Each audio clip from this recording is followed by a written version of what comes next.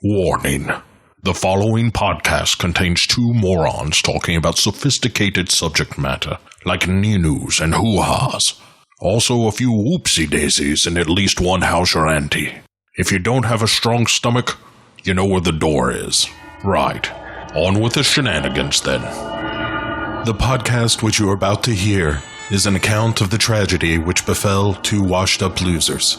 In particular, Court Psyops and his immature co-host, Matt. It was all the more tragic in that they were uncultured morons. But had they lived very, very full lives, they could not have expected, nor would they have wished to see as much of the mad and macabre as they were to see each week. For them, an idiotic podcast show became a nightmare. The events of each week were to lead to the discovery of one of the most bizarre crimes in the annals of American history, Cinema Psyops, with Court and Matt.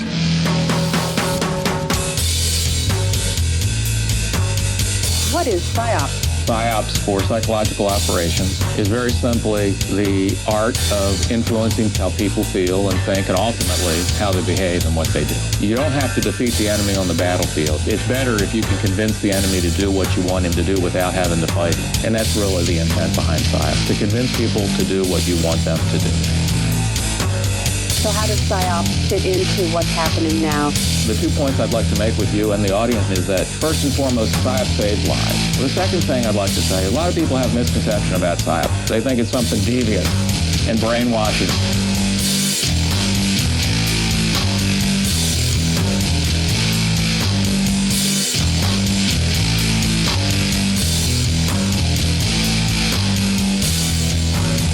You say you don't know exactly what's going on right now, but we do know that there are some Psyops going on, right? Ma'am, I don't know. Cinema Psyops. And I believe with all of my heart that it is a contributing factor to our juvenile delinquency of today. Why I believe that is because I know how it feels. I know what it does to you. Cinema Psyops. They think it's something devious and brainwashing.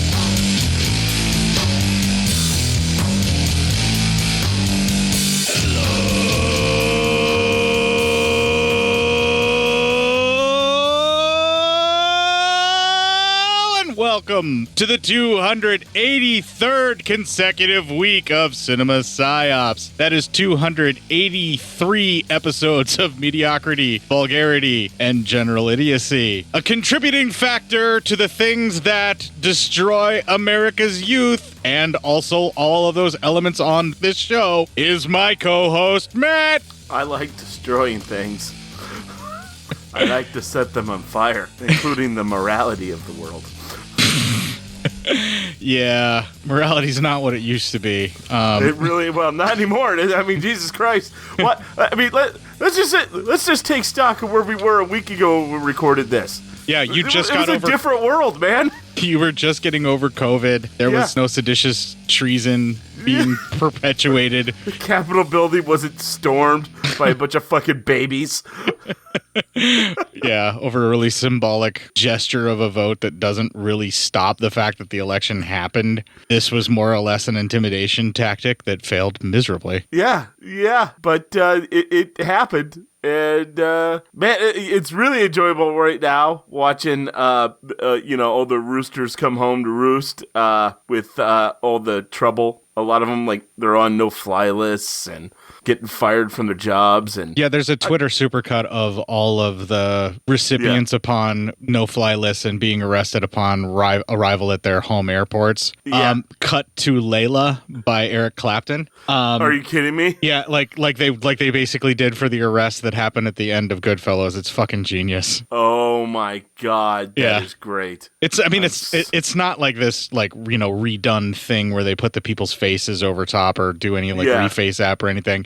It's just a supercut of all the stuff. They didn't drop the audio or anything, so you still hear like that guy screaming how this is what they do to us and all of that. But it's set to Layla and they cut it pretty well. What does it even mean? This is what they do to us, and you're like, no, pal. It sounds like this is what you did to you. Well, you can't accept the consequences of your own actions. That's what puts you where you are. Weren't they supposed to be the party of personal responsibility? They're not the party of anything they used to be, and I'm fucking done talking politics now. All right, we're done. It was fucking hilarious where we were a week ago compared to now. It's a treasonous act on our own soil perpetuated by white nationalist terrorists. Yes. Yeah. No, that's it. That's exactly it. It's a violent insurrection. We would be remiss if we didn't fucking comment on it. Yeah. But I'm also really done talking about it now. But yeah, I mean, it's been a week now, and it's all anybody's ever probably fucking talked about. So, I mean, yeah, I'm done too. Well, it's been like 3 fucking days. Enough to mention. It's been like 3 fucking days. We're recording on Monday night, so it hasn't really been. Yeah. Yeah, but it's been enough days. Yeah.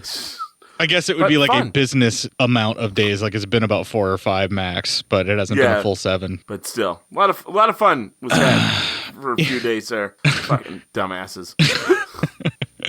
Oh, Jesus Christ. All right. So we finally made it to our next Tygon film. We are talking about Blood on Satan's Claw tonight. Yes. I'm assuming you have not seen this before. I'd never seen this. You are very correct. Okay. Now, when we did Beast in the Cellar, I did a little bit of a discussion of Tygon, and I always got Tygon and Amicus confused. So this week, I decided to do a little bit of research and a little bit of reading on the various film production companies. Now, pretty much everybody is familiar with Hammer Films. A lot of people know that name. Even, a normie such as yourself has heard me talk about Hammer Films. Yes. Although you're not much of a normie anymore, you've been trained up. Yeah, I have. So, but I mean, even early on, I heard you talk about that before I got all trained up. Yeah. And, there was a very religious family that I was friends of the son. Him and I were classmates when we were in grade school. And because the Hammer films were rated G, it was okay to watch them, even though they got really weird and kind of salacious. Most of them came back as rated G, but they, snuck things past on the ratings board. Like they showed you boobs and like super bodices that pushed them up and out of the way, but they kept the nipples covered, so it was still rated G.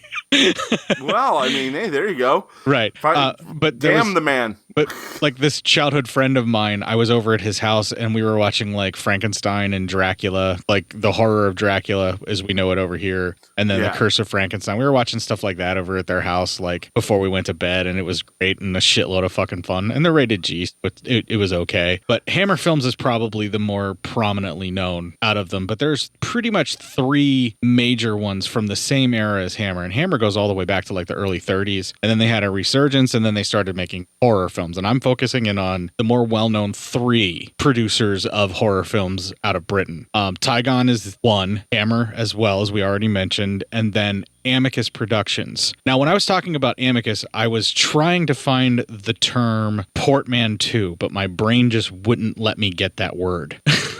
Okay.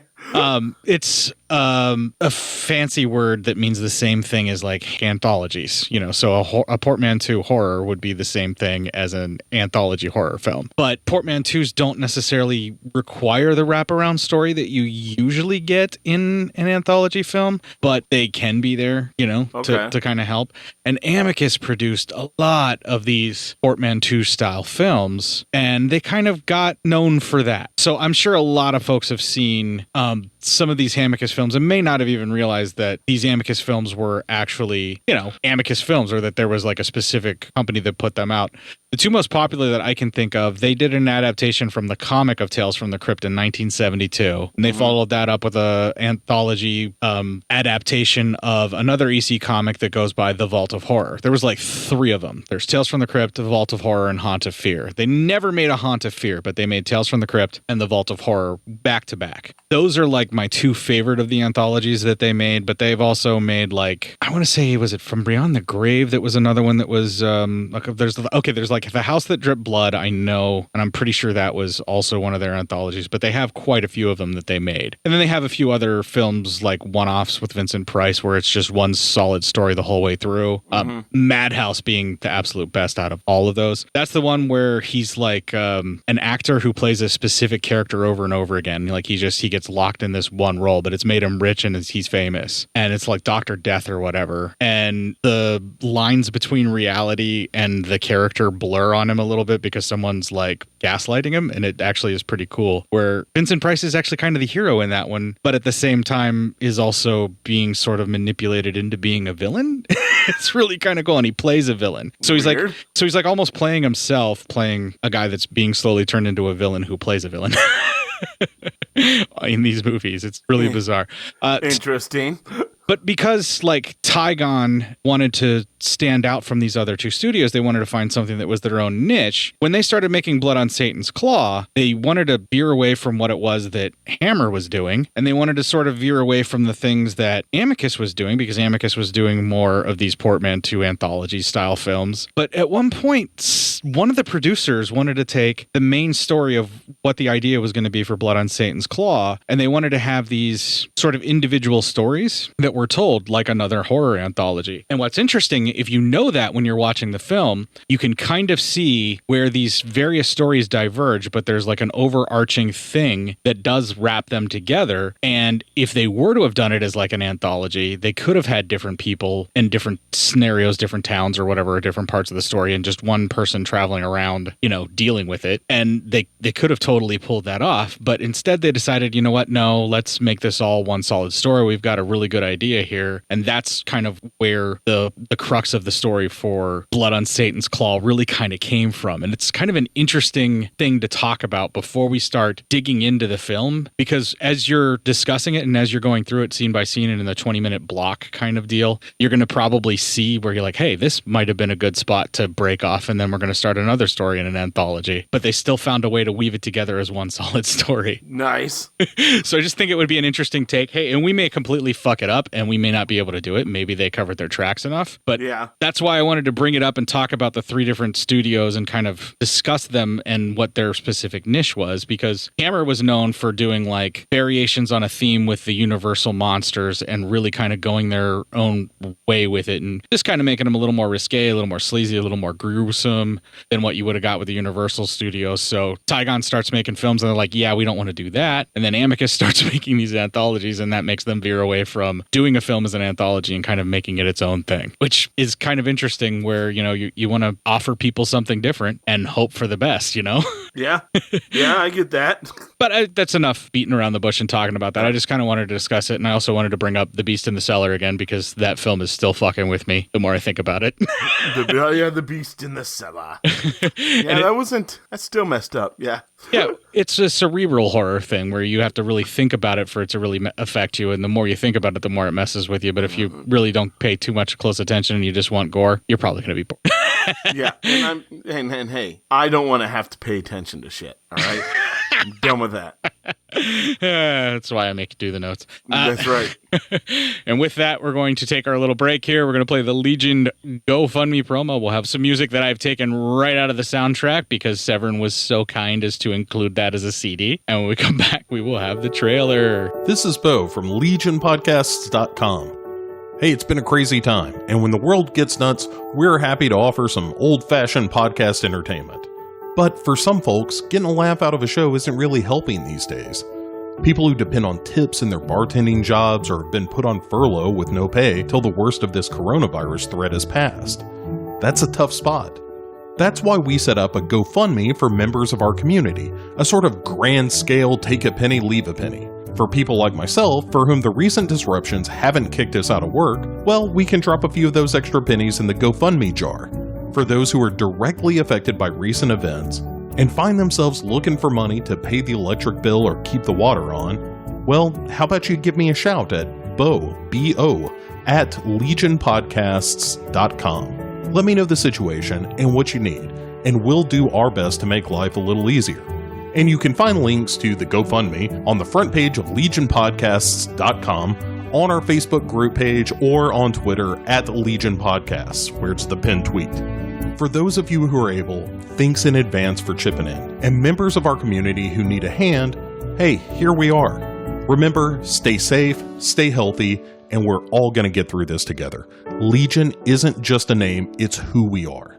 Thanks for listening to all the shows here on Legion Podcasts, and we'll talk to you soon.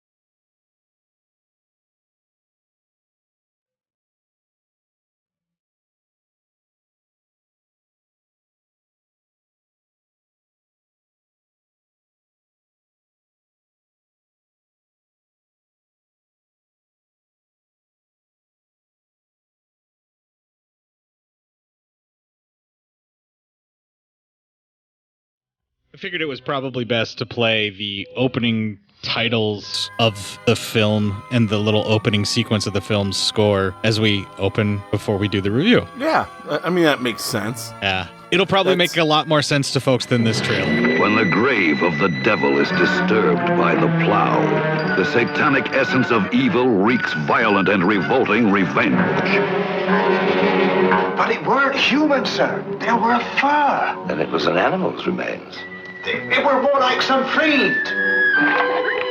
And the evil grows quickly, attacking first the youth of the village and making them the devil's children. Look. Oh, God, I prayed I'd never see that again. That's what they call the devil's skin. Doctor, witchcraft is dead and discredited. Are you bent on reviving forgotten horrors? How do we know, sir, what is dead?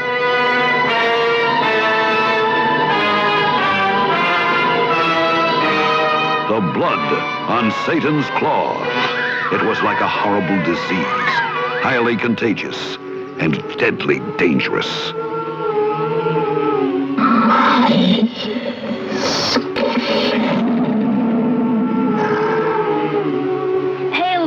Spirit of the dark, take thou my blood, my flesh, my skin, and walk. Holy Behemoth, father of my life, speak now, come now, rise now from the forest, from the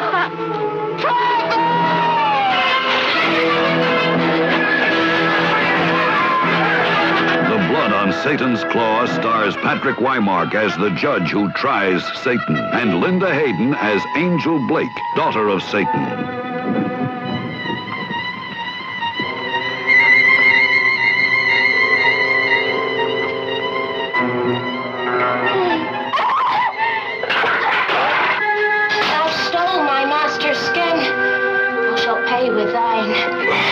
I think thou could be saved.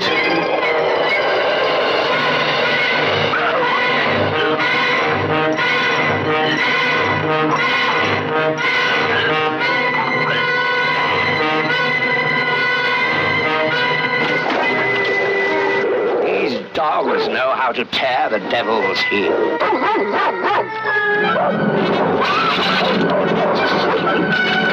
Oh, telltale bitch, thou set the dogs on me. Of course I didn't. Art thou ready to give thy skin tonight? Art thou ready?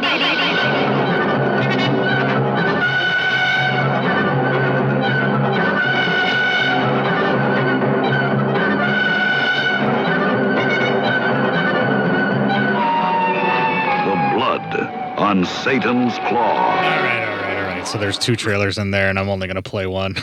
That's helpful. The Blood on Satan's Claw. The first 20 starts out. We see there's a boy. He's working the fields, and as he works and kind of plows the field, all of a sudden, before you know it, he comes across his gnarly-looking body and face, and it just looks horrifically bad. Did you notice that he actually pulled up the spine so it looked like it was folded over on itself, like it was shoved into a smaller, shallow hole and buried like that? Shit, I did not notice that. Yeah, it looked like, or either that or because of the way the plow was going up, it might have hit the pelvis area where the spinal column was and pulled up the spine, and most of it is intact and it still looks relatively fresh of a skeleton for ever how long it was supposed to be there, and the eye was way too fucking intact for the rest of the skeleton to be cleaned. Yeah, well, I noticed the eye part, yeah. Yeah, it's just, everything about this is just like, what the fuck? So, that boy then runs and meets with the town, well, not just the town, but the area judge and the mistress of the land, and that's our first clip. Oh, yes, sir, how do you do? What is your name, young man? Ralph Garr, and it please you, sir. I wouldn't lie to your worship. And you work these fields each year? Yes, sir, I be ploughman to Mistress Banham. Ralph, you disturb me greatly with this tale. I don't mean to, ma'am. If you have unearthed a corpse, man, summon your local justice. It's hardly a case for me. But it weren't human, sir. There were fur. Fur? Then it was an animal's remains. You're wasting my time. No, sir, honest. It were more like some fiend. You see, my dear Isabel, the way these old superstitions die hard. come and look, sir. Then you'll believe me. Pray, dear Judge, do ascertain the truth of his story. Merely to set my mind at rest. Very well. We'll investigate your fiend. All right. As the two go to check it out in the field, we see a young man named Peter and his fiancée, Rosalind. They are meeting with his aunt, who's this Mistress Bonham of the land. The aunt is not impressed with his new fiancée. Kind of a bitch about it, too. Yeah, real big bitch about it. Then we cut back to Ralph. He takes the judge, but the corpse is gone. As they kind of look around, because they can't find it anymore, they run across the town reverend who caught a snake and is playing with it, because apparently he likes playing with snakes, and that's kind of fucking weird for a reverend. Not gonna fucking lie. I mean... especially back then. I mean, he could be like St. Patrick and getting the snakes driven out of the area. Possibly, but he seemed to really like the snakes more than anything else. He could also be taking up snakes like the religious zealots in the hills. That could be, yeah. I just thought it was weird for this certain time. It is. Everything that's going on in the movie is set up to make you feel like something's just not right. Like there is an overarching feeling of something being amiss in this little village. Yeah. It really is. Well, that night, Peter, Rosalind, the judge, and Peter's aunt, they're all playing cards. And as they get done playing cards, Peter says he's going to give Rosalind his room. And the aunt's like, I won't hear that. She can sleep in the fucking attic. And you're like, holy shit, why are you such an asshole? I believe that she has an unhealthy obsession with her young nephew and wants to keep him all to herself. I also believe she wants to continue being the mistress of the house, in which I am under the belief because it was said earlier by one of the mistress's servants. She said, oh, there might be another mistress of the house. Oh, so she's like the queen regent, but the queen is about to become the queen. I'm almost positive the aunt has that land probably only until her nephew, who's probably landed, gets married. And then she'll be deemed obsolete. Spinster time for her. No wonder she's being such a horrible twat. Yeah, and I honestly think that's the reason why. Yeah, good call. Because that's how it went a lot back then. So Peter walks her up there, and she doesn't like it, but he says he'll show up at 11 o'clock when everyone else is asleep, and then they can get down and do some weird shit, whatever they do out there. And I do believe they're going to snuggle very closely and no actual sexual intercourse will take place because this is way too long ago. Those skanks. I can't believe they would do that. In their own home in the safety of an attic bed. They're going to cuddle? How dare they? They need to be married for 10 years before you can cuddle. Otherwise, it's just indecent. Yeah, it's just indecency. Anyways, Rosalind's upstairs. She starts hearing noises. Peter and the judge have a few drinks, and the judge tells Peter to be careful of the heart's wants when it comes to women, and even goes as far as to say he used to fancy Peter's aunt. Speaking of said judge, and also said judge drinking, wanted to point out one of the producers in the behind-the-scenes featurette that was on the disc had said that man had a case of some type of alcohol. I couldn't catch what it was. I'm hoping it wasn't hard liquor, but would have a case delivered to his dressing room every day and was a functional alcoholic, and other than the smell, you would have no idea just how much he was drinking. God damn. So this dude was like blind drunk on set all the time and gave this performance. Hero mode. Hero mode. That's like Oliver Reed. That is a man to look up to. That's Oliver Reed levels of drinking. That is elite. That man came to play, and he played the game right. Big ups to that guy. Yes, alcoholism is Matt's thing that he loves. That's my sport. It's it's what I do. Then Rosalind, she sees something coming up from the floorboards, and she freaks out. As the judge and Peter wait outside the door, the aunt goes in, starts slapping her around. You can hear it, trying to get her to calm down. Then the aunt gets her face scratched, and she gets out of the room. The judge orders that Ralph board up the door, and he'll have what essentially is like the paddy wagon come to get her the next day to take her to an asylum. So not good for her. No, that's fucked. Because back then, it's not like, insane asylums were the best place in the world where you want to go. I mean, they're still not all that great, really. No, they're not, but I'm just saying, back then, they were even worse. No, you wouldn't find a more wretched hive of scum and villainy, and that was just the staff. Yeah, exactly. Or their quote-unquote doctors. So... Counts as staff, dude. Yeah. So obviously Peter is distraught about this. He doesn't really like this idea. I mean, that's the place he kept his vagina. Yeah, I mean, come on, what are we gonna do? So the next day, the aunt is sitting there and she has a severe fever and she is not feeling very well. We then cut to 3 kids who are playing outside, and one girl named Angel finds something on the ground, and all the others want to see it, the other kids, and she runs away from them and they chase after her. So we don't know what she found, but she found something that all the other kids wanted to see. Rosalind is then that same day she's let out of the room and she looks all fucking crazy like. And as she passes Peter, he sees that she has a claw hand. So you're kind of like, holy shit, what the fuck?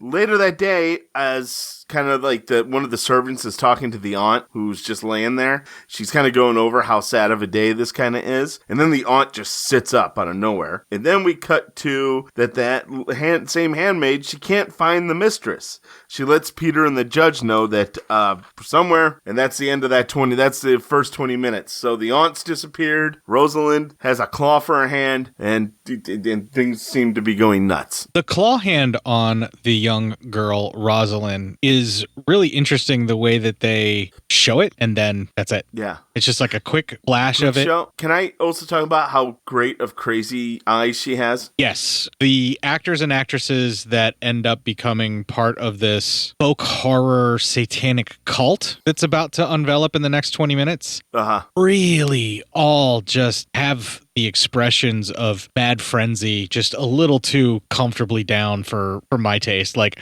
I'm a little worried about them and what happens in their lives with the frenzied looks they were able to achieve. Right? I'm like... They're really talented. Yeah. Yeah, I mean, holy shit. Just the fucking most eeriest shit ever. I've seen people that are that far gone behind the eyes, and they capture that just vacant something else is driving right now feel a little too well. It's really good at what they do. I mean, the film would not work nearly as well as what it does without the kids being as good as what they are in it. Yeah. And I say kids because they're supposed to be the town children, even though they all look like they're in their 20s. Yeah. Well, I mean, welcome to the movies. Right. But the setup is great. It sort of gives you this quick feeling of unease where the body's uncovered.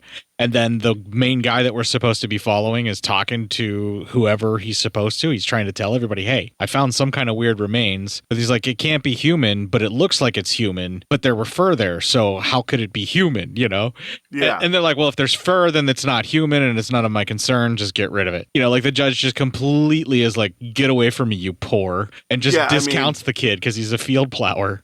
I mean, and also he's probably like, I mean, what are you doing here? I mean, you're trying to, obviously the judge is a man of science trying to get away from all this shit about, witchcraft and everything. And now he has to deal with some kid who's fucking him over. And he's like, listen, man, I don't know what the fuck your problem is, but you need to shut the fuck up.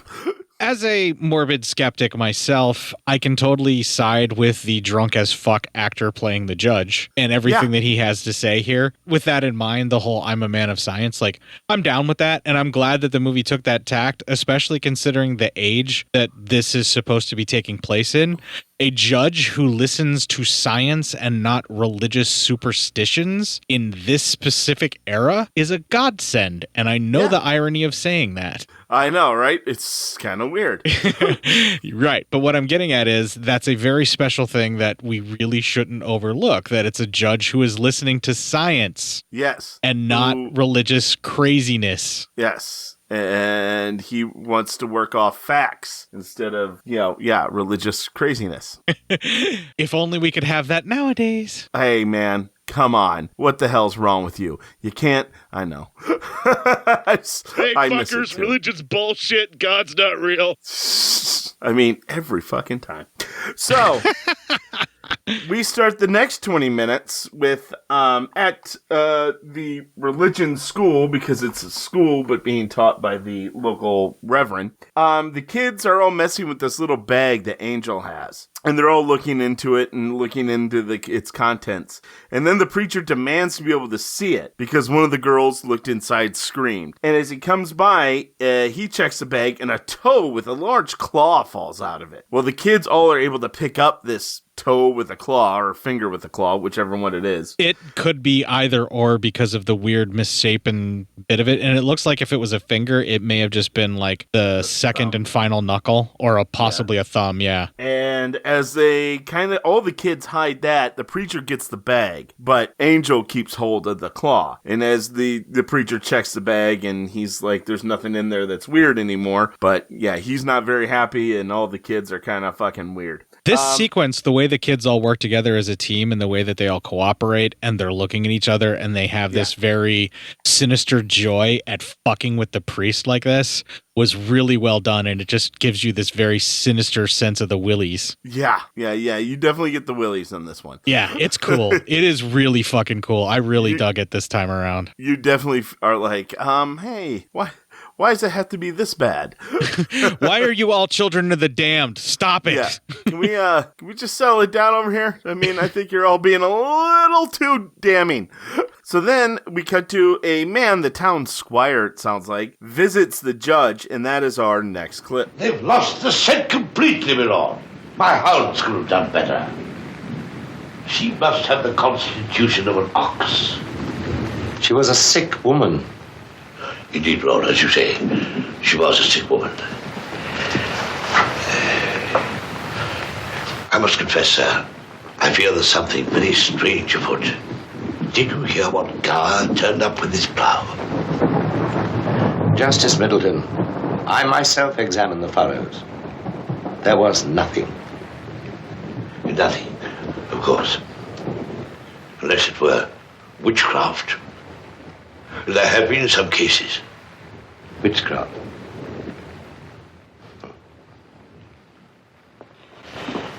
Damnable business, Mr. Edmonton, eh?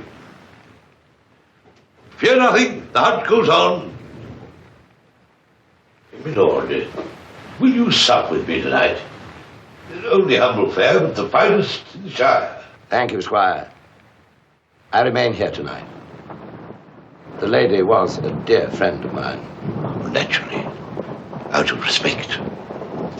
Well, gentlemen, I take my leave. There's evil in this house. You must cleanse your mind of such fancies. Would they have taken me with her? Time will relieve all. And rest. Go to your room, and I'll go to mine. Ellen! All right, so we see Peter's kind of losing it a little bit, and he goes and he checks on the attic. While checking in the attic, he finds a flower that Rosalind was kind of holding and was playing with when she was up there. He lays on the bed, and his candle goes out, and then he starts hearing some strange noises. The floorboard starts coming up, and he reaches in to see what's happening, and a big furry claw hand comes up and grabs him. He's able to put a chest over the floorboard, and he crawls back onto the bed, and then we see then they keep cutting to like the judge being asleep for some reason. Then Peter falls asleep on the bed and then is woken up by being choked by a claw hand. He grabs a knife and he starts hacking away at it. But we then see that the hand he's stabbing it is his own. And he cuts off his own hand. And the judge breaks in and finds him. So that's not so great. This is one of the segment pieces that I feel like his story with the thing that was going to attack his would-be bride that gets sent to an asylum, and then he goes and spends the night in the room. I feel like this would have been a separate anthology story, but they found a way to make it work with it being the devil's arm coming for him, and, you know, everybody else is having these pieces grow on them too. So, you know, that's what they were doing. Okay, I can see that. Well, the next day, the judge and the doctor, town's doctor, talk, and that is our next clip. My lord, when I heard of Ralph Gower's discovery, I was reminded of this old volume. Mock, sir, if you will. These sages had access to much wisdom. Here we are. Doctor, witchcraft is dead and discredited. Are you bent on reviving forgotten horrors? How do we know, sir, what is dead? You come from the city. You cannot know the ways of the country. See, this picture. Did not Ralph describe such a countenance? Perhaps some such thing.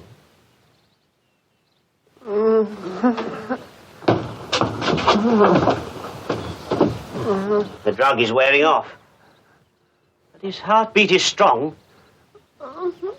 Doctor, I am leaving soon. As a favor, might I request the loan of this book?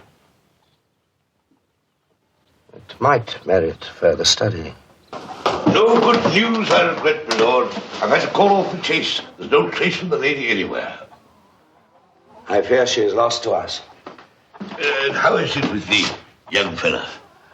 The doctor is confident that Mr. Edmonton will survive. Splendid. Thankful for small mercies. I have to leave you now. Oh, of course, affairs of state. Fear not, my lord. The matter is in good hands. Unfortunate you could not sup with me. Most unfortunate. Yes. Assist his lordship there. Your lordship, please don't you desert us. Squire Middleton will keep watch over you. I have important business in London. And you shall spread no more rumors around Ralph Gower, understand? Witchcraft. Pah! Well, perhaps you will have peace from now on. There will be no nonsense, sir. I am father to all here. They love me, but they obey me first. Have a pleasant journey, your lordship. I shall not forget you. I shall return when the time is ripe. But you must have patience. Even while people die, only thus can the whole evil be destroyed. You must let it grow. Yeah, grow. We cut to, after that, a young boy named Mark and a girl named Kathy. They're walking home, and the boy's starting to have pains in his sides, or the side of his back.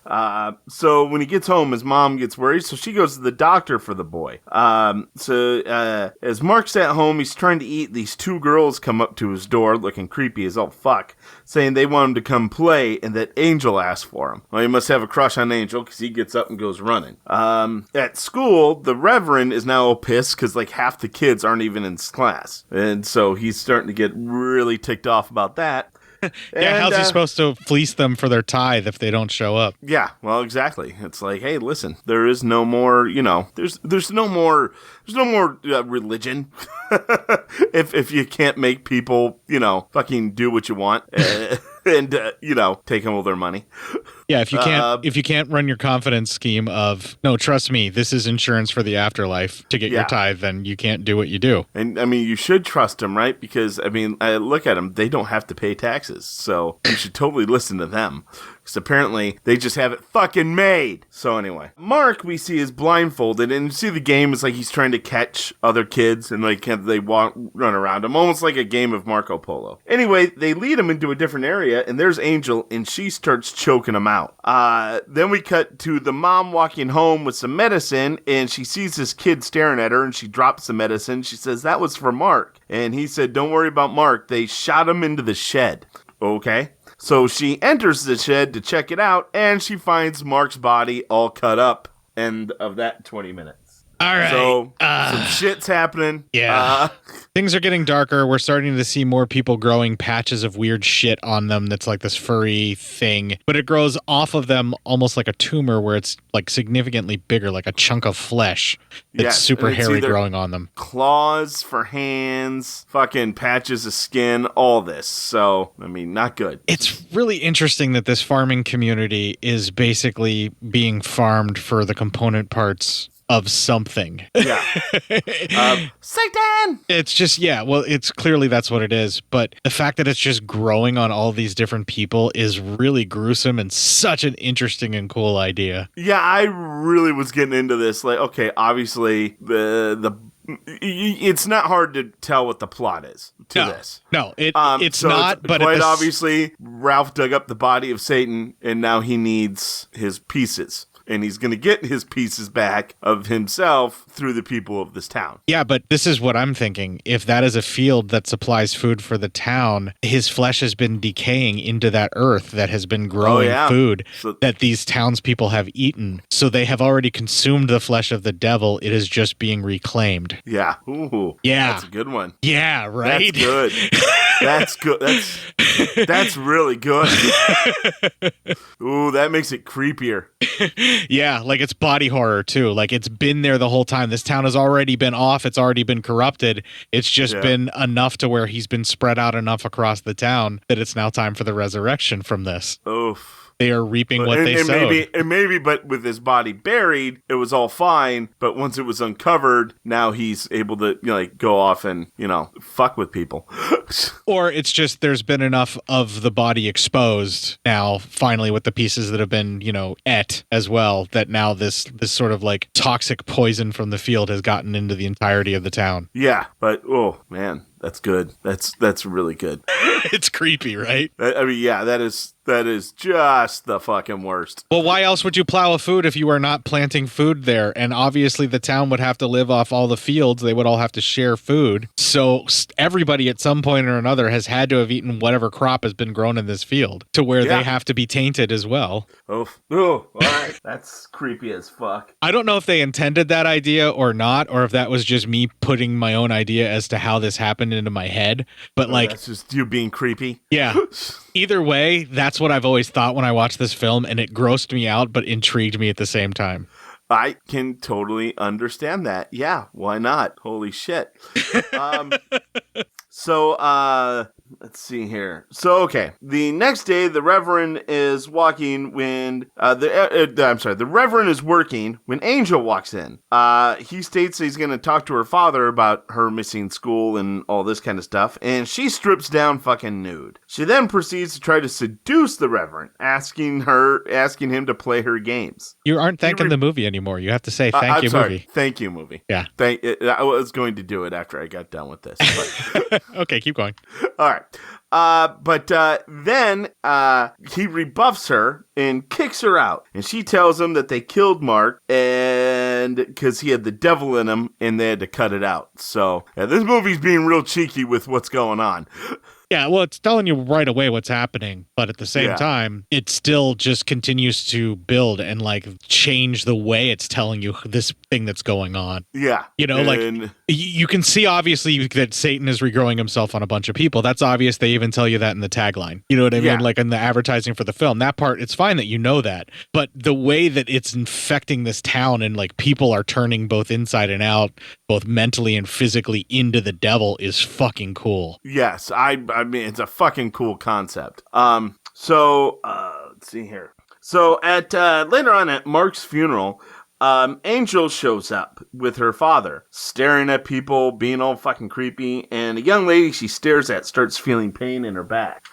So, then that girl is Kathy, Mark's sister, and she turns around and sees Angel staring at her. So then later on, Angel's dad and Angel complained to the town constable there, that Squire, that the Reverend attacked her and said that they stated that the Reverend said he killed Mark. Well, the town squire, being easily manipulated and, just takes everyone at word value, just agrees with and believes them right away. And they start going to look for the Reverend. People he's probably known his whole life, and he takes them at their face value. When it's a girl that is saying that this has happened, who her father would take her at face value, I don't blame him for agreeing to believe the father, because the father seems like he 100% believes it too. I suppose, but you should also, maybe do some investigation before you go, well, he's guilty. Well, no, he's okay, we need to find this out. They should have taken him. He should have taken the family to some place where another constable could take a look at it, and then he needed to go talk to the priest. Yeah. And they needed to figure this out and see if there were other witnesses and find out the way he reacts is wrong. But he should believe them that something needs to be looked at, yes, because they're being quite that I convincing. get. Yeah, he should be investigating it, but not. He condemned him right away just off their words. So. Well, he's also a religious fanatic too, and he's looking for an excuse to just witch hunt. Yeah. Oh yeah. And he's a simpleton. You could tell the judge even didn't want to ever spend any time with him. I thought I covered that he was a simpleton whenever I said he was a religious zealot. Ooh! Yeah, I'll go, oh! Yeah! You got him, Court. Burn on this fictional character. Yeah, he's sad. Then later on, Ralph walks Kathy, who's kind of into Ralph, and Ralph might be into her and her mom home. Then we see two boys are stalking Kathy, and she's picking some flowers, and so they come up to her and ask what they're doing. She says she's picking flowers for Mark's grave. They then say they found a really good area to pick flowers from, and they take her with them. They then get her tied up kind of in a rope and say they're going to play a cannibal game and that she's their catch. She had screamed at first and Ralph heard it and now he's searching them out. Well, they lead Kathy to Angel and all the other kids and a few townspeople. Then we cut to the Reverend getting arrested by the squire. And then we cut to, and it seems like a lot of the town is there, and they kind of are leading Kathy around, chanting her name, and they all are missing bits and pieces. Some are missing a hand, some are missing patches of skin on their face. They start reading some sort of scripture. The more they read, the more Kathy feels the pain in her back that she was feeling. Then we hear a creature say, like in a monstrous voice, "My skin." And then they lift up and we see Kathy has a hairy patch of skin on her back. Did you recognize Kathy at all? I thought so. I thought she looked familiar. She was Zoe from Doctor Who, like Second Doctor, Troughton's companion Zoe, the mathematician genius, like thank you. Chick, all right. like adventure girl. She was super excited to do this scene we're about to talk about because it was going to ruin her innocent quality and give her, a chance to play different types of roles and all of that. She was so excited to do something not so sweet and so innocent. She wanted to do something a little more sinister and was actually like doing a little dance and singing a little song about how happy she was to do this following scene. I'm not kidding. The producer said that. Wow. Yeah. And he was he thought that was a very odd thing for her to be excited about, but it was just the fact that she got to do something so different than what she was ever, able to do before. She was excited. Makes sense. Yeah. It's really horrifying to think though, because go ahead and describe the scene. Yeah. Cause it's bad. Yeah. It's pretty intense for fucking the 70s, like the early 70s. Well, so, we see Ralph gets pointed into the right direction of the kids. One guy says, I saw the angel with a bunch of kids. They're up there. Well, the group surrounds Kathy and they keep putting flowers on her. Then another guy walks up with a knife and they tear her dress completely off. This dude gets naked and then proceeds to rape Kathy. If that wasn't bad enough, but that's a hell of a bad scene. Yeah, Angel for 71, it's a pretty graphic rape scene too, because like it's kind of like the entire cult is holding her down. Only just one guy gets the joy of going first, if you will. Yeah, which I won't. I just didn't know how else to describe it. And then Angel takes a pair of shears and she begins stabbing the back of Kathy. Ralph finally shows up to the area. Everyone's gone except for Kathy's dead, naked body, and that ends that 20 minutes. Plus that chunk of skin is gone, which is what's killed her. Oh, man. Yeah, so she was cheering on and happy that she was about to do a scene where she was going to get raped and murdered because it was so dark and different than anything else she had done. And I'm still kind of trying to be like, okay, but hey, she did an amazing job. She played terrified amazingly well. Everything that happened was harrowing and it really cuts to the bone. And it's 1971 that they made this in, and it really fucking hurt to watch. Yeah. It was not fucking good. Well, it was well done, but it was really fucking brutal. It was well done. It didn't make you feel good to watch it.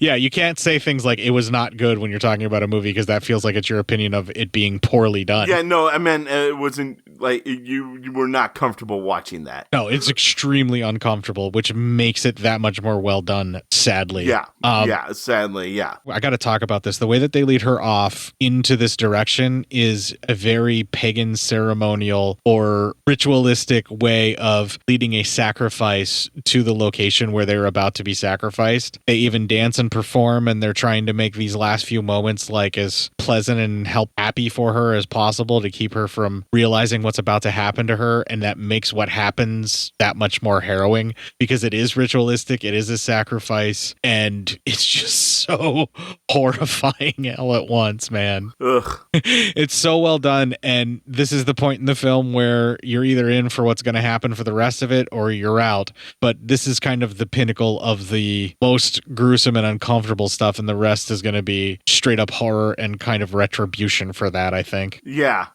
So the next 20 minutes start. We see that the town squire is interrogating the Reverend until Ralph shows up holding Kathy's dead body, telling him that it was Angel and many of the other children. So then the town squire's like, oh shit, lets the Reverend go and says that they're going to strike now while it's hot. So the Reverend is let free. Peter overhears what's happening, and he gets on a horse. He's, he only has one hand now, but he gets on a horse, and he rides to the judge, and that is our final clip. I have not forgotten you. Your village has been much in my thoughts. You would not recognize it, sir. Dreadful things are commonplace, and mere children commit the foulest deeds. Children? What deeds?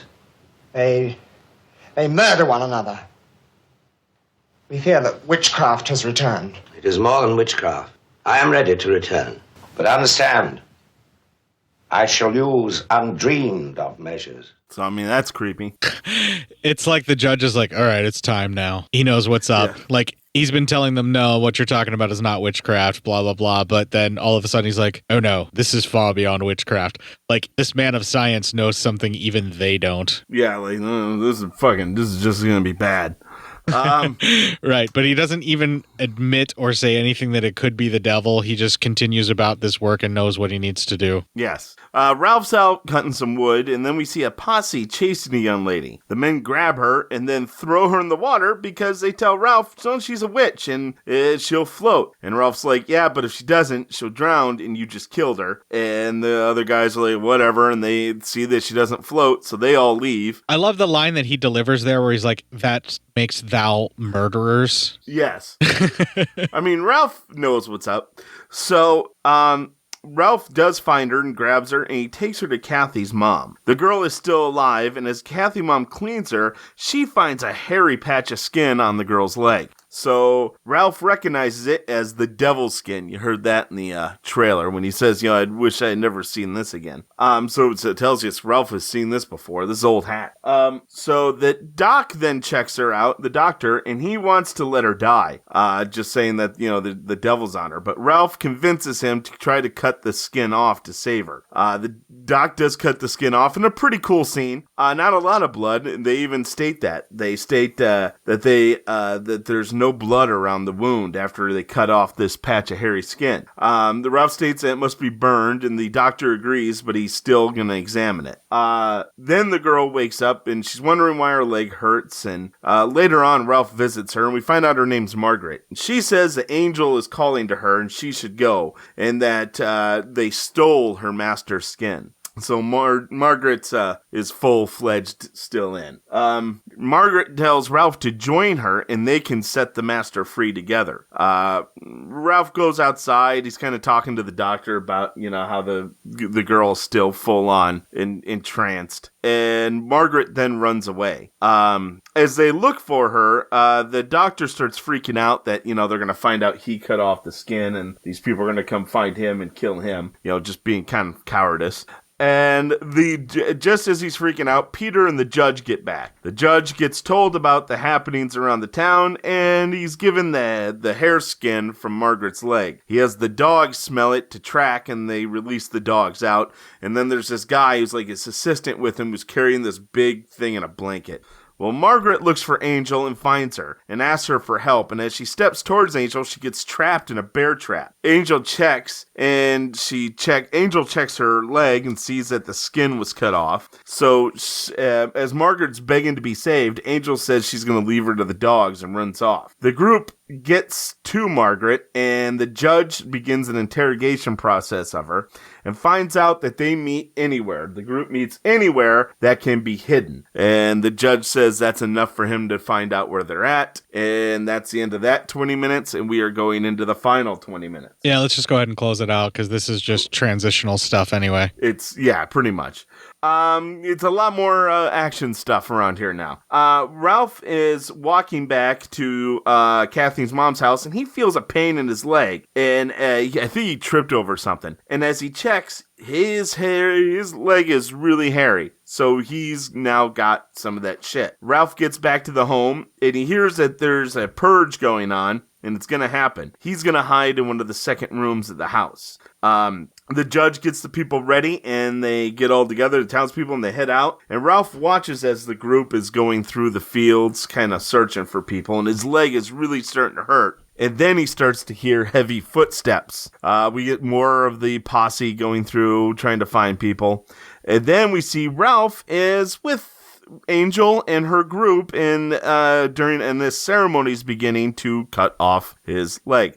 The posse gets there and they're watching it, and Angel stands with a figure in a dark cloak. Well, a lady comes up to Ralph and gets nude and then hands him a knife and starts dancing.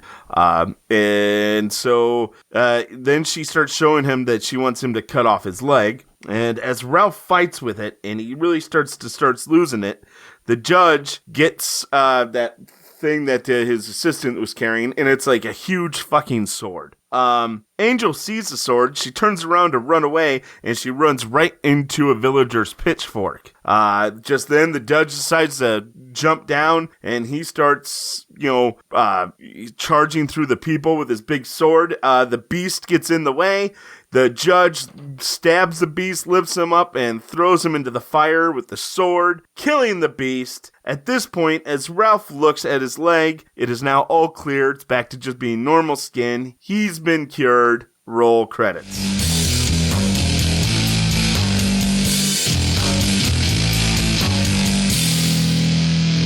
All right. Yeah. Woo. Yeah. Woo. Fucking that judge jumped down. He's like, fuck it. Let's kill everything. Okay. That was like, the sword was actually like a cross. So when he's holding it, the hilt of it was like the top of the cross. So he's basically holding an upside down cross to kill Satanists with, which made no logical sense to me. But then I was like, whatever. It's a really cool looking fucking giant fucking sword. And that's why it's killing stuff.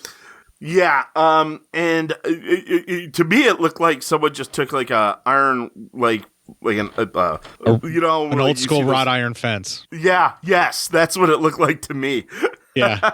Like it was like a wrought iron cross that they pulled from a church and forged into a devil massacring machine of a sword. Yeah, I mean, it was a fucking epic sword. Yeah, it was pretty fucking big. The last little like sequence where the devil's raised and Linda Hayden's character is just all up on him and like nude and writhing against him, and Jesus Christ, the orgiastic shit that's going on for a 1971 film in this like little fucking ritualistic scene that's at the end that they happen upon, and then having them all just kind of like storm at them like occultist type deal, trying to protect the ritual, just really, really sells everything that's been building up to. This is a really cool crescendo. And I like too that the face of the devil was as fucked up as that woodcut. Like that's what it actually looked like this weird misshapen not right thing that you just couldn't stand to look at. Like it was a really bold choice to make it that kind of a sculpt where it was just that off and just weird, but like still hairy and still horrific, like you would see in those types of woodcuts. Like they tried to make it as accurate as what those woodcuts look like that weird and just off-putting, but at the same time kind of goofy, Yeah. Like it just was really kind of an interesting and bold choice, and I think they captured it and they nailed it well. Like especially a lot of, there's like a famous set of woodcuts from like this like 16th century era or whatever, where it's a witch going through the process of selling their soul, where you desecrate a cross and you sign your book in the book of names and everything, and the devil in that person is supposedly making a deal with is what they made this devil look like. Oh, like it's very there you go. It's very close to that specific specific woodcut, in my mind anyway, or at least my memory of what that looked like. And, the woodcut that they show was an authentic one as well that was supposed to be the face of the devil earlier in the film. And when we see him, that's what it looks like. It's just covered in black fur, and that's why it's so misshapen and bizarre. Yeah.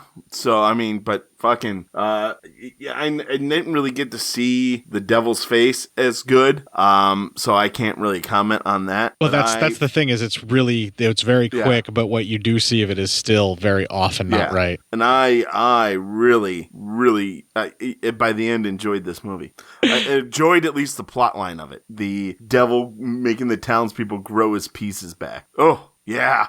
And then they cut it off of him. Yes. And while you may have parts of the film that you might find not as enjoyable as others, that storyline is enough to keep you going and keep you interested in what are they going to do next for the execution, and they just keep ratcheting it up. This is a really great folk horror tale with what I interpret as a body horror thing too. Since it's growing on the people, I thought it was like a cannibalistic infection kind of thing. And they even say we're going to play cannibal whenever they tie the one girl up. So there is cannibalism on the mind in the writers for this. So they consumed the flesh of the devil from the earth in which he supposedly composed, and now they have regenerated him and they grow the pieces from this weird infection. And it's just so bizarre and so gruesome and such a cool, weird, so 70s idea. You won't find another horror film quite like this one that I can think of off the top of my head. Blood on Satan's Claw is so unique and really fucking cool, and I dug it. Yeah, I did too. I thought it was really good. I thought it was creepy, and just thinking about, having somebody, growing shit off of me just to cut it off, that's fucking weird. Yeah, it absolutely is. Well, unless you got anything else you need to say about the film, I think our thoughts line up on it. We really kind of analyzed it as we were going. We nailed all the stuff that we needed to nail as we were going. Just the final thoughts of it pays off what it's been setting up. That's all I've got left. Yeah, it pays off. So, pays off for the setup. Yes, that's awesome. All right, so let's take the next break here. We're going to play the Geek Radio Daily promo. We'll have a little bit more music that I snagged right out of the film. When we come back, we'll do some Psyop news. Are you having trouble keeping up with the ebbs and flows of modern geekery? Is the real world holding you back from knowing what is happening in the geeky world? To answer these and other personal problems brought in by your friends, gaming group, and loved ones, Geek Radio Daily presents daily informational sessions brought to you by the wonderful Billy Flynn, the Flynnstress, and podcasting's Rich Sigfred. They contain such helpful segments as history, geek birthdays, box office results, the latest in DVD and Blu-ray, video game and comic releases. Why, they also have a Sweekly show hosted by the wonderful Billy Flynn and the Flynnstress, which includes interviews and commentary. And to make sure you are informed, Geek Radio Daily also provides you with your daily dose of geek news to make sure you know more than that jerk know-it-all Steve. Visit us at geekradiodaily.com. That's right, Geek Radio Daily. All the geek without the weight. Now available in fine Corinthian leather.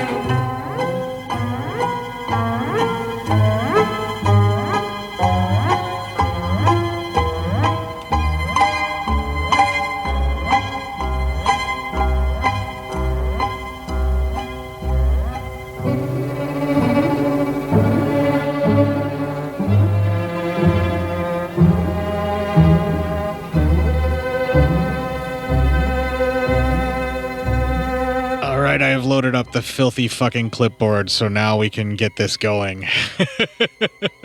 All right. We were having some problems with it, but I got it running again. I don't know why it decided it's just gonna fucking go everywhere and let everybody trigger off of one key, but I used to just be able to select the screen and then hit the key that I needed, but no, it's being difficult. Enough bitching about that. Let's make everybody happy and give them some Psyop news.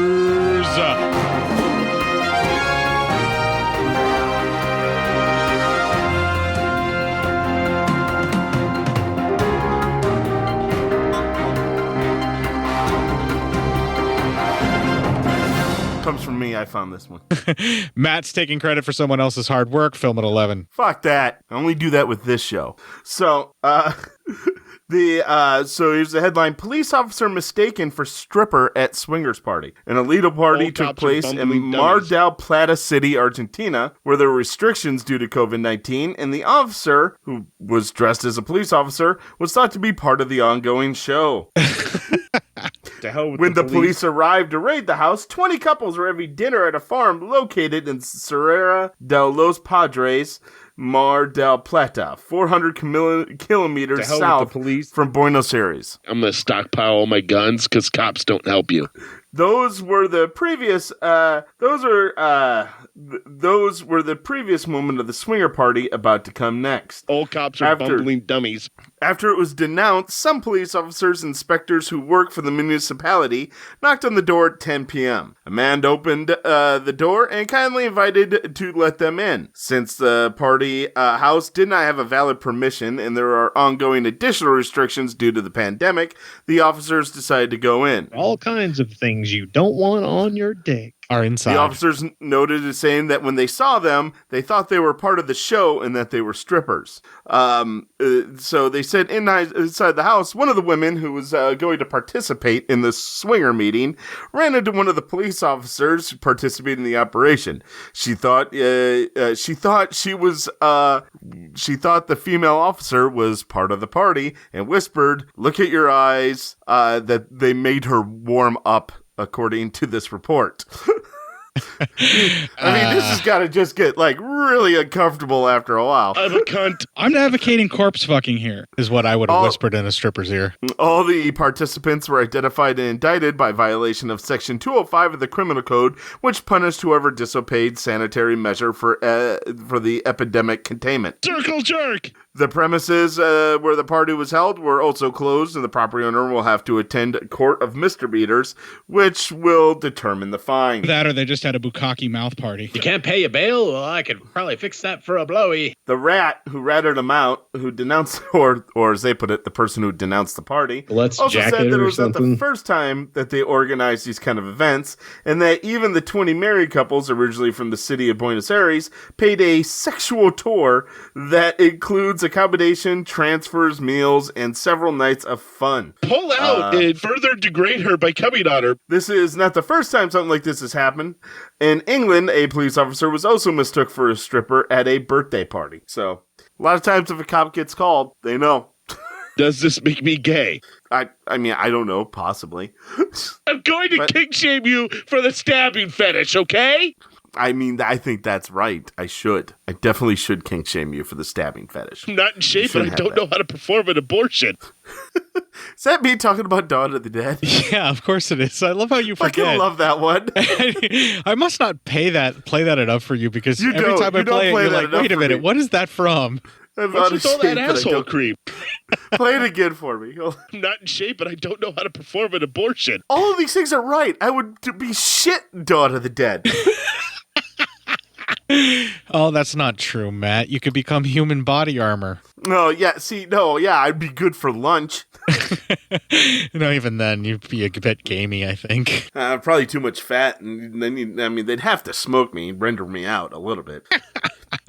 Oh, brother. I'm just going to make it a shorter one this week after you talked about how you feel that zombies should cook you before they eat you. Well, I'm just saying, probably 275, keep it low, fat cap up. Make sure you're seasoned, and then just let it go. And with that, we're going to play the Ending Legion promo. We're going to have a little bit more music that I snagged right out of Blood on Satan's Claw. When we come back, we'll close out this show. If you enjoyed this show, then make sure you check out the other great shows on the Legion Podcast Network, like Cinema Psyops, Cinema Beef, Devour the Podcast, Duncan and Bo Come Correct, Exploding Heads Horror Movie Podcast, Friday the 13th, Get Slayed, The Hellming Power Hour, Hello, This is the Doom Show, Hero Hero Go Show, Kill the Cast, Underwater Kaiju from Outer Space, Jerry Hates Action, Legion After Dark, Mental Health, Obsessive Cinema, Discourse, Pick Six Movies, the podcast by The Cemetery, the podcast on Haunted Hill, the Psychosemantic Podcast, Rick Radio, House of Wax, Dude Looks Like the 80s, Rabbit and Red Radio, The Shadecast, Short Bus Cinema, 2 Drink Minimum Commentaries, The VD Clinic, Who Will Survive Horror Podcast, and Witch vs. the Doomsday Clock. With such a wide spread of shows, there is guaranteed to be a niche for you to fall in love with. Horror, politics, movies, books, sex, music, commentaries, health, video games, kaiju, action, news, comedy, and opinions that would most likely get you killed in some parts of the world. We are proud to bring you some of the best podcasting in the world. Check us out at www.legionpodcast.com, iTunes, Spotify, Stitcher, YouTube, and any other dark corner of the internet where podcasts can be found.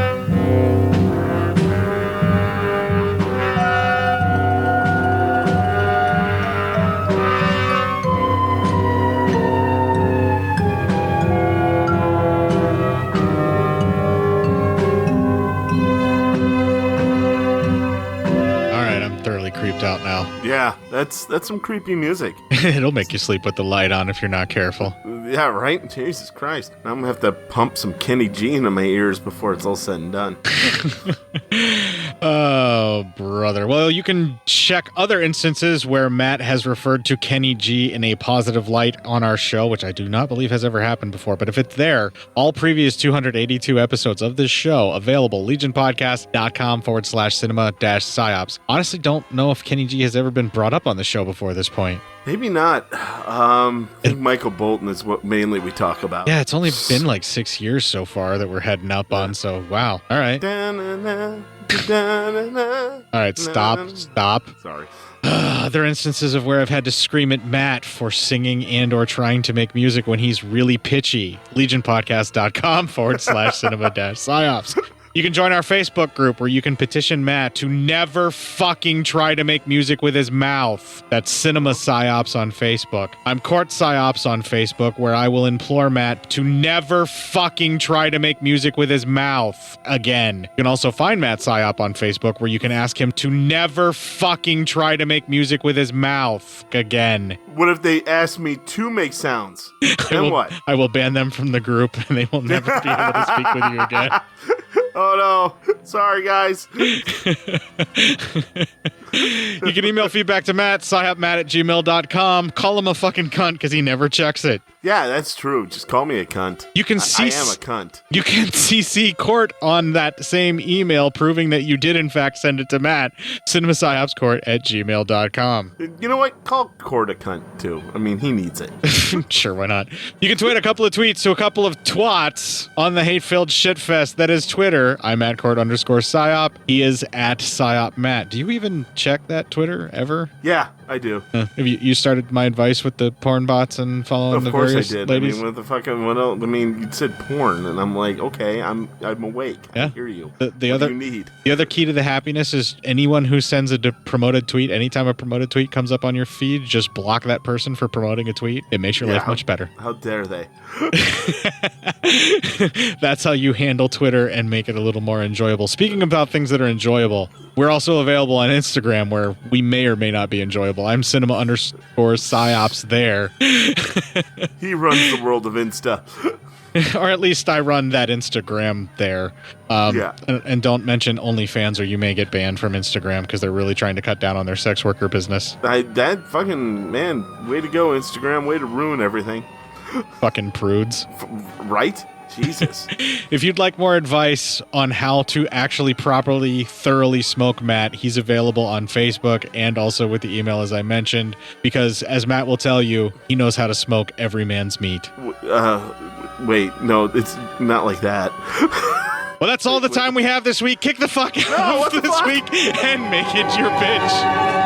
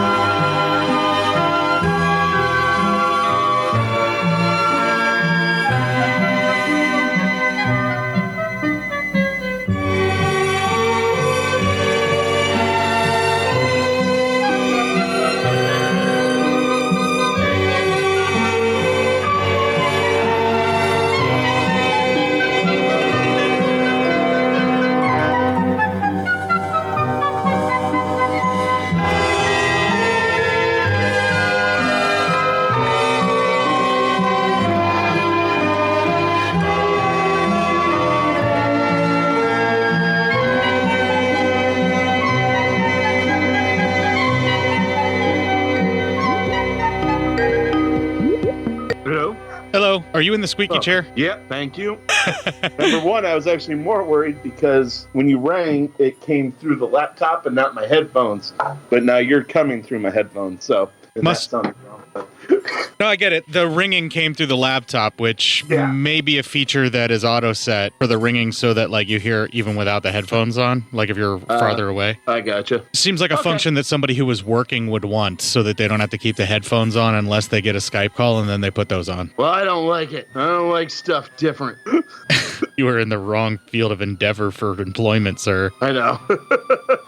Okay, I hate new. Yeah. Fucking upgrades. Fucking upgrades. I hate new shit. Fuck you, Matt. Good Lord, it's like my inner thoughts just come alive. Yeah, I'm a little surprised that was the next key that I hit. That was like the up arrow key, and I was actually like leaning over, and I was pushing the keyboard out of my way to lean over, and I just happened to hit that button by accident. I wish I would have done that on purpose. I really do, because it was really well timed. Fuck Matt. Fuck Matt. Hey, Fucking fuckers, asshole. religion's bullshit. God's not real. That too. All right.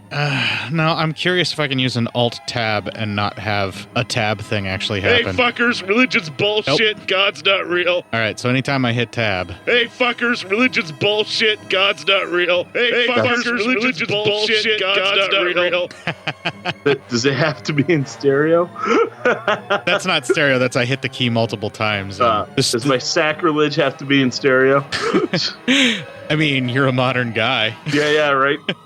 All right, so you I'm hear a that modern stuff. man living in a modern world. Are you recording on your side yet? Oh, you know what? I should probably do that. All right, I am now. 1, 2, 3. Like a fucking helpless child sometimes, dude. I really am. Holy shit. Get me out of here. It's really, really good that you married the woman that you did, because no one else could keep your ass in line. No, that is a fact. Anybody else would have given up by now. Fucking quitters. All right, I got your clips loaded. There were 4 in total. Yeah. All right, then I think we're good to go unless you got questions, concerns. Nope. You're recording on your side. Your waveform looks good. Yep, everything's looking all right. All right, let's fucking Hold do on, this. wait a second. Hold on. I need to stop when we're recording because it's not picking anything up, and that is because it's not using the blue snowball. I don't know what the fuck that was all about. It was probably using your laptop mic. All right, 1, 2, 3. Much better. There we go. Funny, I was just saying you were like a helpless child. I was, but I figured that all out by myself. You can wear the big boy pants this episode. I can. I did it. Okay, we're gonna go now. My mom for real. says I'm handsome. All right, now we're really seriously just gonna start the show. God doesn't see when you. God damn it! All right, 3, 2, 1. Because super hot. You should... God damn it! Why is it doing double triggers? I'm gonna close these other ones. All right, 3, 2, 1. spinster time for her. No wonder she's being such a horrible twat. Yeah, and I honestly think that's the reason why. Yeah, good call. Because that's how it went a lot back then, is, different female members would own the property until a certain male member either became of age or got married himself, and then all that property went to him. We get it, Matt. You watched Downton Abbey. Move on. Actually, I never did. I know, I'm just fucking with you, because you know a lot more about the inner workings of lords and lands and title disbursements. Yes, it's fucking hobby. Well, yeah, you're a history fanatic. I get it. I'm just fucking with you, man. No more children, ever. No more children. We need to really just calm down, all right? We all kind of went a little crazy. Circle/baby. Now I lost my fucking plate. That just means that we're back on for once. Yeah, right? Fuck. Let's see here. So, okay.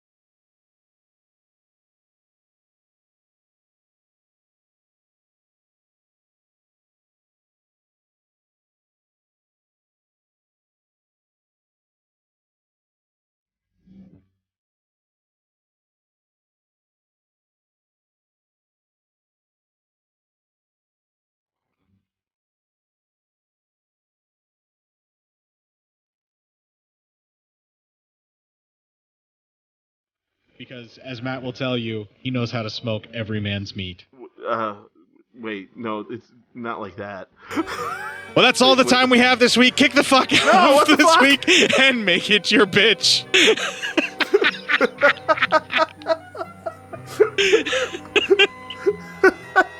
Nice. That was a good one. That was well done. That's our best closing in a while. Yeah, whenever I stop trying to compare things and do a segue, if I just found something and just dove on it, yeah, it works better, I think. And I have stopped recording on my side. See you now.